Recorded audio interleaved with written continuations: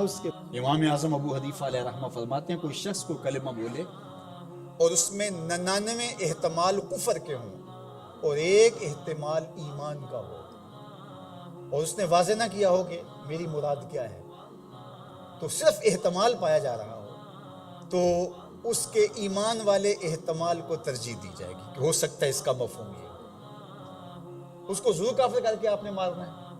تو یہ جلد باز مفتی جو ہوتے ہیں، بلکہ وہ آج کل اصطلاح چلتی ہے فیس بک کی مفتی اور نابالغ مفتی، فتوے کو بھی کم از کم کوئی پختہ عمر آدمی ہو تو وہ فتویٰ دینا شروع کرے۔ یہ اتنے جو ہے مجھے فتویٰ دینا شروع کر دیتے ہیں، پھر ان کے فتوے کی مشین گن ایسے چلتی ہے کہ پھر کسی کو معافی نہیں کرتے۔ یہ بھی غلو ہے، یعنی صحیح فتوے کو بھی قبول نہ کرنا، یہ بھی غلو ہے۔ اور دوسرا یہ ہے کہ بس تم فتویٰ دینے پہ تلو اور دیکھو نا کہ وہ کیا کہہ رہا ہے، اور ایک دم فتویٰ جڑ دو، تو یہ بھی غلو ہے۔ تو فتویٰ یہ شریعت اسلامیہ کا ضابطہ ہے، مفتی شریعت نے بٹھائے ہوئے ہیں۔ حضور کے زمانے میں، حضور علیہ السلام کے بعد باقاعدہ صحابہ مسائل بیان کرتے تھے، فتویٰ دیا کرتے تھے، لیکن حضرت صدیق اکبر رضی اللہ تعالیٰ عنہ کا زمانہ آپ دیکھیے، آپ نے 7-8 لوگوں کے علاوہ کسی کو جو ہے وہ اجازت نہیں دی تھی کہ وہ فتویٰ دے۔ اور یہاں کوئی بندہ عرب سے آیا تو وہ جس سے بھی بات کرے نا تو وہ کوئی نہ کوئی مسئلہ بتا دیا جائے، ایک ان پڑھ سے بھی کوئی مسئلہ شریعت کا پوچھ لیں تو وہ بھی اس کے بارے میں کوئی نہ کوئی بتا دے گا۔ اور اسی طرح کوئی مرض ہو، وہ آج کل وہ کرونا وائرس چل رہا ہے نا، تو اس کے اتنے علاج آگے ہیں کہ ابھی تک جو دنیا کے ماہرین بیٹھے ہیں سر جوڑ کے، ان کو بھی نہیں پتہ جو علاج یہاں موجود ہیں۔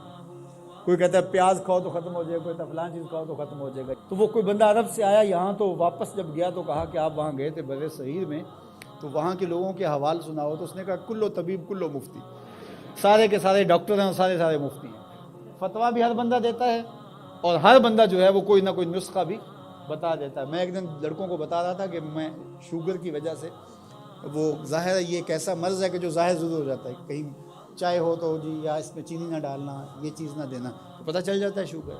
میں نے کہا میرے پاس شوگر کے اتنے نسخے آ گئے ہیں کہ اگر میں چاہوں تو جو ہے وہ اس پہ کئی جلدوں میں کتاب لکھی جا سکتی۔ تو یہ نہیں ہے، یہ اسی کا حق ہے جو اللہ کے محبوب علیہ الصلوۃ والسلام نے صحابی سے فرمایا کہ جاؤ فلاں ڈاکٹر اس زمانے کا طبیب تھا، فرمایا اس کے پاس جاؤ، وہ تمہیں کھجوریں دے گا۔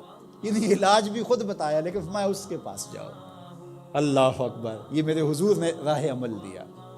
اور اگر میرے حضور اس کے پاس نہ بھیجتے، کسی ڈاکٹر کی دکان ہی نہ چلتی، کسی حکیم کا کاروبار ہی نہ چلتا، تو تم میڈیکل سٹور سے لے کر دوائی نہیں کھا سکتے، تمہیں ڈاکٹر اور طبیب کے پاس جا کے جو ہے وہ لینا پڑے گا۔ تو یہ فتویٰ بازی اور فتویٰ یہ دو الگ الگ چیزیں ہیں۔ یعنی ایک طبقہ وہ ہے کہ جو اس غلو میں آ جاتا ہے کہ کسی کی زبان سے کوئی بات نکلی نہیں ہے، اس کا مفہوم بھی واضح نہیں ہوتا تو اس پہ فتویٰ دے دیتے ہیں۔ اور دوسرا طبقہ یہ ہے کہ وہ صحیح فتوے کو بھی رد کر دیتے ہیں، یعنی وہ کہتے ہیں چھوڑو جی یہ فتویٰ بازی ہے، وہ فتویٰ بازی کہہ کے شریعت کا کوئی پھر مسئلہ نہیں بتا سکتا، پھر مفتی ہوتا ہے کس لیے ہے؟ تو مفتی کا تو کام فتویٰ دینا ہے، جہاں غلطی ہوگی تو وہ بولے گا کہ یہ غلطی ہوئی ہے، اس کی اصلاح کی جائے۔ افراط و تفرید کے یہ دو راستے ہیں کہ کچھ لوگوں نے شریعت کو اتنا آسان لے لیا، اتنا سہل لے لیا کہ جو مرضی کرتے رہو، اور وہ کیا کہتے ہیں جی دین میں کوئی جبر نہیں ہے، اور آیت کیا پڑھتے ہیں لا اکراہ فی الدین، دین میں کوئی جبر نہیں، حالانکہ اس کا یہ مفہوم ہی نہیں ہے جو لوگ لے رہے ہیں۔ اس کا مفہوم یہ ہے، قرآن کی پوری آیت پڑھیں، لا اکراہ فی الدین قد تبین الرشد من الغی، کہ حق اور باطل واضح ہو گیا، یہ کفر ہے یہ اسلام ہے، تو جب واضح ہو گیا تو کوئی جبر نہیں، کوئی اسلام لانا چاہتا ہے تو لے آئے۔ بندوق رکھ کے کسی کی گردن پہ یا تلوار رکھ کے نہیں کہا جائے گا کہ تو کلمہ پڑھ ورنہ تجھے کاٹ دوں گا، یعنی جبراً کسی کو مسلمان نہیں کیا جائے گا۔ قد تبین الرشد من الغی، حق اور باطل کے راستے واضح ہو گئے۔ لیکن اس کا یہ مفہوم لوگوں نے لے لیا کہ دین میں کوئی جبر نہیں ہے، مطلب کیا کہ جو مرضی کرتا پھرے۔ میاں جب تم اسلام لے آئے ہو تو پھر اسلام کی پابندیاں تو تمہیں قبول کرنی پڑیں گی۔ تم کسی بھی ملک میں جاتے ہو تو اس کے قوانین کیا تم وہاں فالو نہیں کرتے ہو؟ اگر نہیں کرو گے تو چالان ہوگا یا نہیں ہوگا؟ جب آپ نہیں گئے تھے تو آپ پابند نہیں تھے، آپ کسی کالج میں، یونیورسٹی میں، کسی ادارے میں آپ داخلہ ہی نہیں لیتے تو آپ کو کوئی پوچھے گا ہی نہیں۔ جب داخلہ لے لیا تو پھر اگر لیٹ آئے تو پھر بھی سرنش ہوگی، وقت سے پہلے چلے گئے پھر بھی پکڑ ہوگی، اس لیے کہ اب تم داخل ہو۔